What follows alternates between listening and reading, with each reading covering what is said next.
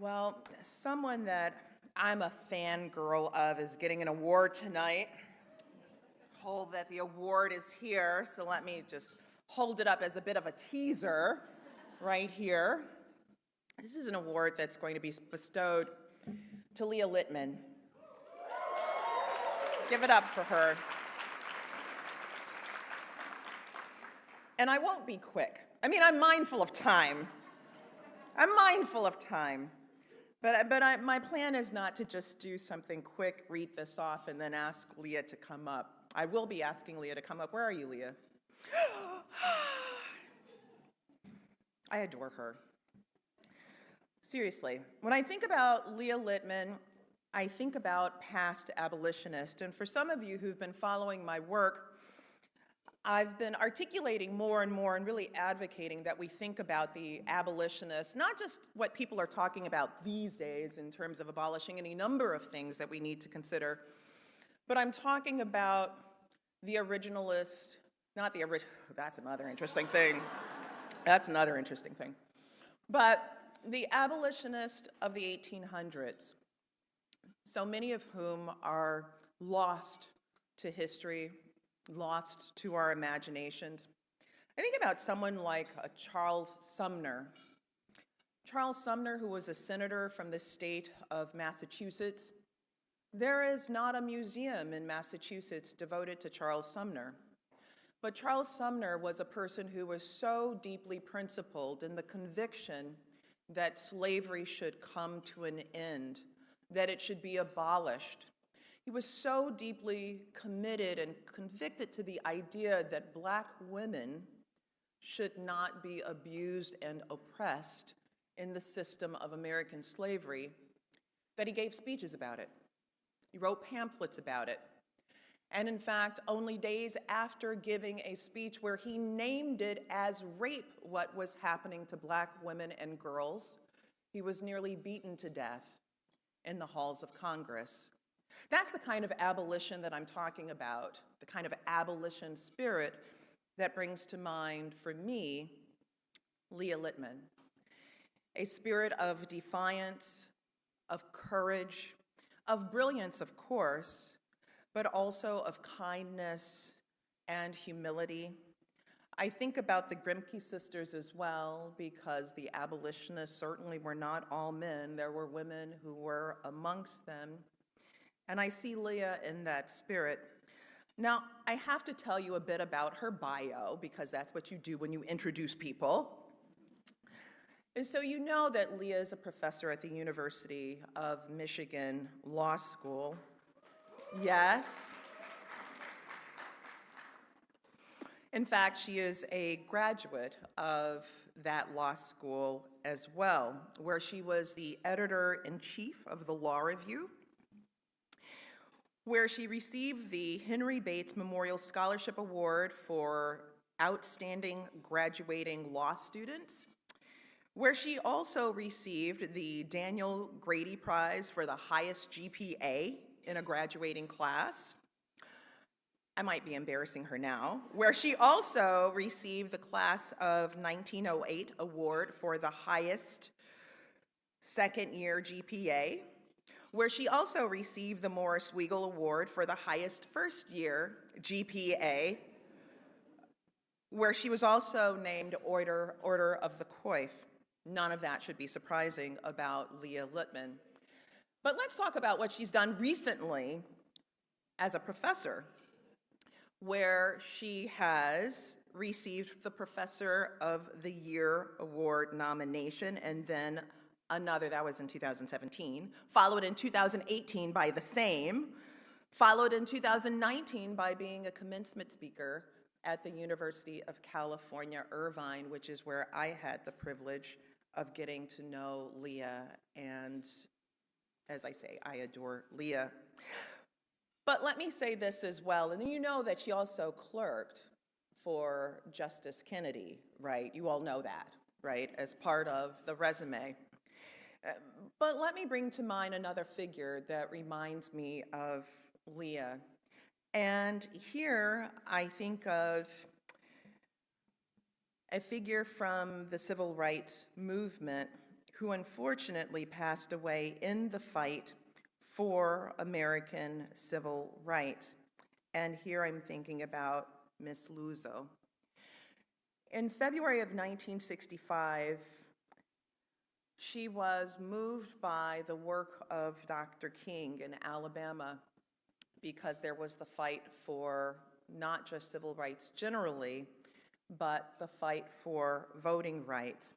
And it's an interesting thing, Leah, because she was in Detroit, Michigan at the time, and you are in Michigan. And she heard the call of Dr. King saying that voting rights was not a concern just for Black people, but voting rights was a concern for all people. And so what she did was to ask someone to babysit her kids. She got in a car, and then she drove south. She drove to Selma, Alabama, where only a week before, Black people had been bludgeoned as they attempted to register to vote. You'll remember that with the effort that they had in crossing the Edmund Pettus Bridge. And so horrified by the images that were seen on television of people being beaten with clubs, whips, tear gas, sheriffs on horseback, you've seen those images beating Black people as they attempted to vote. She decided that she would get in her car and she would drive south. And so Luzo took part in the protests. She drove down, she began participating with the march, and as many of you know, she never made it back to Michigan. And she didn't make it back because, unfortunately, we lived in a society and we see some of the kinds of iterations of the past coming forward today. She was killed on her way back to join her family by a group of white supremacists. But like so many abolitionists of the past who may have been overlooked, we need to remember them. We need to stand in place and honor them. Tonight is an opportunity to honor Leah Litman because Leah has been fighting with that same kind of indefatigable spirit. I remember when Leah was first getting hate mail, hate attacks, because she got on this thing called Twitter. And on this thing called Twitter, she began articulating about her principled beliefs, and she got attacked for that. And that's not been the end of it, but it's also not been the end of Leah standing up for racial justice, standing up for sex equality, standing up for LGBTQ equality, and so much more.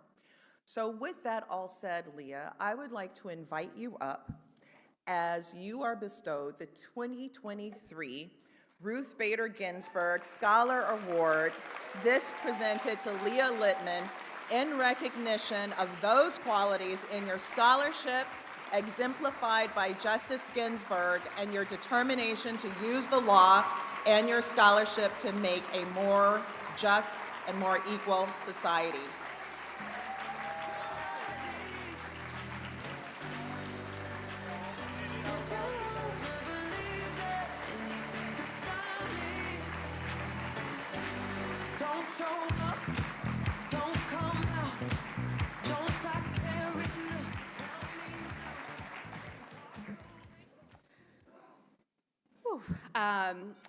I didn't want to have to speak after Michele because no one can follow that. But thank you so very much for that incredibly kind introduction, Michele. It's so meaningful to me to be introduced by a scholar and a person of Michele's caliber. As she noted, I started out teaching at UC Irvine, where Michele was on the faculty and took me under her wing.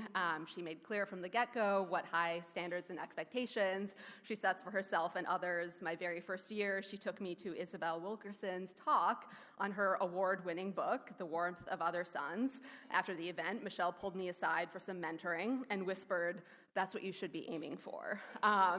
I'm still trying, Michele. I don't think I'll ever get there, but I like to think I can still make you proud along the way. It is truly an honor to be recognized with the Ruth Bader Ginsburg Scholar Award, and I cannot thank ACS and the selection committee enough Those of you who know me well know that despite my more public outward-facing persona, I actually have a huge insecurity complex and imposter syndrome with respect to my role in academia in particular. So when I was thinking about what I might say tonight, I kind of rejected the idea of talking about my scholarship as such, and instead decided to use the time to talk about one of the things that led me into academia and that I focused on while here.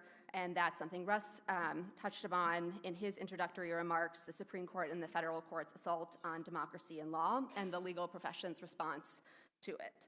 As I was thinking about what I would say, I tried to think about how long it has been since the Supreme Court has not taken some shot at our democracy. It turns out you have to go back a while. This upcoming term, the court will be reviewing South Carolina's legislative map, which a unanimous 3-judge panel described as exiling thousands of black voters from democracy. We're waiting to see what the court will do this year in Merrill, when it could effectively nullify the Voting Rights Act's protections against vote dilution. Last year, they effectively suspended the operation of that law on the shadow docket. The year before that, they decided Berger, a case about North Carolina's voter identification law that revived the legislature's ability to put that law back into effect. In 2020, Brnovich made it harder to challenge voting preconditions. The year before that, Rucho made it impossible to challenge partisan gerrymandering. The year before that, Gill greenlighted the most gerrymandered legislature in the country. The year before that, Husted gave the go-ahead to voter purges. Basically, you have to go back to when the court had only 8 members to find a year when they weren't frontally attacking democracy, and that assumes you don't count decisions like McDonnell that said certain kinds of public corruptions aren't crime. And in the period before there was an 8-member court, the court was squarely in its dismantling campaign finance era with decisions like McCutcheon, as well as its dismantling the edifice of multiracial democracy era with Shelby County. This, I guess, loosely relates to my scholarship, since I actually wrote my job talk paper when I wanted to become an academic on Shelby County with the encouragement of my guest here tonight, Burden Walker. He is not responsible for anything I've done in academia or to academia since then. But the point is, the Supreme Court is thumbing its nose at our democracy, enabling minority rule as the American electorate and society have become more inclusive. And they're definitely not respecting the law in the process. This room is filled with lawyers who are trained in law and legal reasoning. If I asked you whether, as a lawyer who's supposed to be doing this thing called law, you feel personally attacked, or at least professionally attacked, by this court's performance of what it deems to be law, I feel like some people would raise their hands. That is my attempt at a Mean Girls reference. And while the court is doing this, they insist they are entitled to be celebrated and treated with respect and decorum. Justice Alito is complaining on the record to the Wall Street Journal about how no one is coming to the court's defense as the court alternately nukes and chips away at the crown jewel of the civil rights movement and consigns women to plead that they are close enough to death to receive medical care. Yesterday, the Fifth Circuit heard oral argument in the case challenging the FDA's 20-year-old approval of mifepristone, one of the drugs used in medication abortion.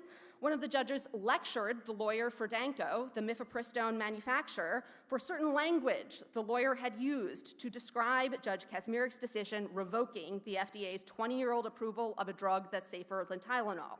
The judge reprimanded the lawyer for calling that decision in her brief an unprecedented judicial assault.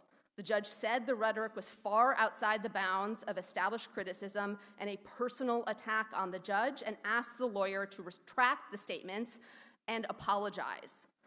I don't pretend to know what to do about this, but I do know we all have to do something. At a minimum, as lawyers, we have a responsibility to explain to people in no uncertain terms what is happening with the law and the courts, and to use any platform we have, as well as our professional training, to do so. There's a reason, sorry, I talk fast.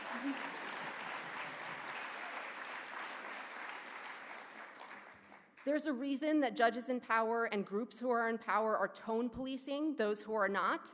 Exposing what the courts are doing is to challenge them, and they want to be depicted as within the range of reasonable and still worthy of institutional respect that they do not deserve. And we need to help, sorry.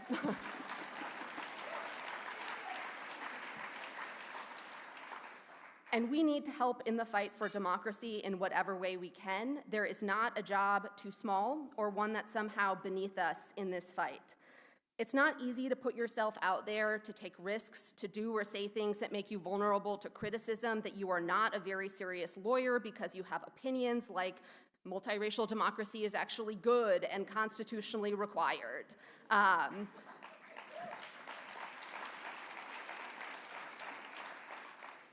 But now I'm going to shift to some loose riffs about the connections between my own insecurities about legal academia and some lessons for approaching the issues that face the legal profession in our democracy today.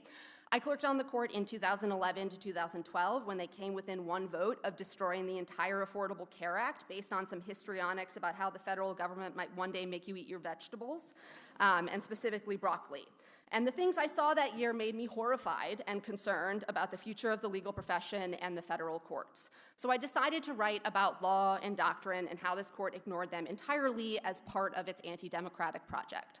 Only it turns out legal academia isn't really into writing about law and doctrine, at least in constitutional law. I was told that's not how we really do things anymore. I didn't get callbacks at top 20 schools after the big hiring conference. At the end of one of my screening interviews, an interviewer told me to follow up with him. It's always a him, by writing an email that would outline my, quote, theory of constitutional law. One member of another hiring committee told me I would spend my career toiling in obscurity, writing about single lines from judicial opinions that didn't matter and no one cared about. And I just decided to do what I was going to do anyways, because it was what I was good at and what I wanted to do.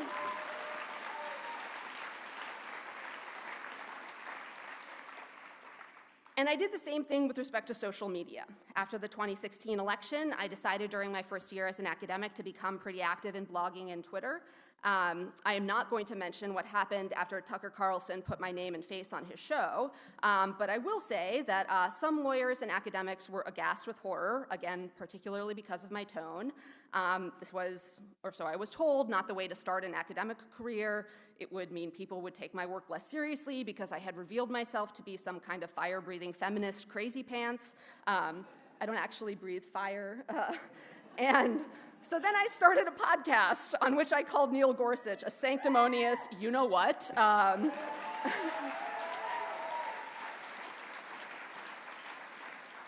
After he wrote the opinion allowing Texas to nullify the protections of Roe versus Wade.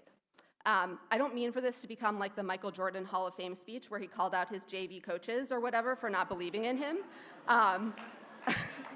I do, however, want to use these examples to drive home that there is never going to be a perfect time to do things, and there is never going to be a costless way of doing them. You should be willing to do them anyways, because we need all hands on deck now.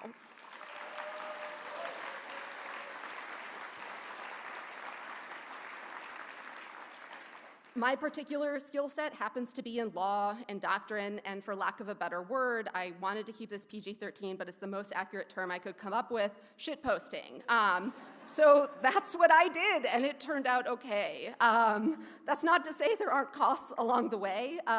There are people at some places who would probably light themselves on fire if I was ever being considered for a job at their institution. Every other word out of my mouth would be a flashpoint, by which I mean utterly disqualifying in a Senate confirmation hearing. There are people who refuse to talk to me because I refuse to sign letters supporting Senate confirmations of some of the people I clerked with and because of some things I've said about misconduct in the federal courts. And you know what? I'll be okay. And I don't really regret any of it.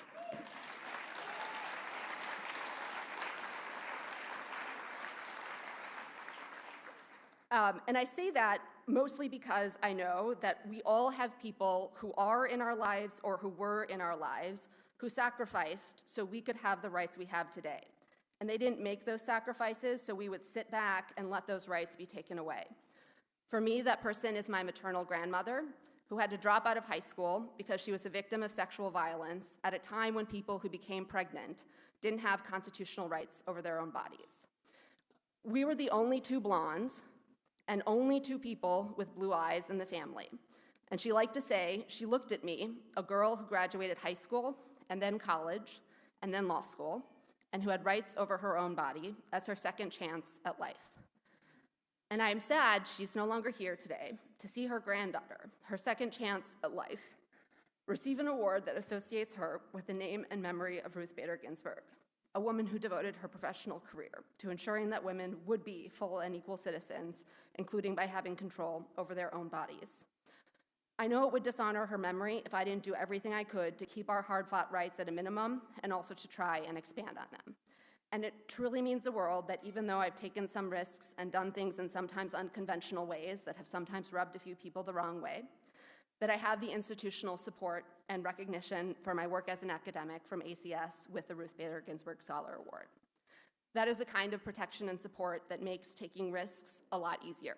To know that there are people and places who will use their power to build power, to lift up other people who are engaged in this fight and recognize that they can still be good lawyers, good academics, and good scholars. I know I'm here in part because people with reputations and credibility, like Michele and like Sherilyn Ifill, who will deservedly be recognized later with a Lifetime Achievement Award, because they were willing to lift me up and have my back when I put myself out there. And I hope I can do the same for some of you, and honor the memory of my grandmother, Ruth Bader Ginsburg, and the work of ACS in the process. Thank you.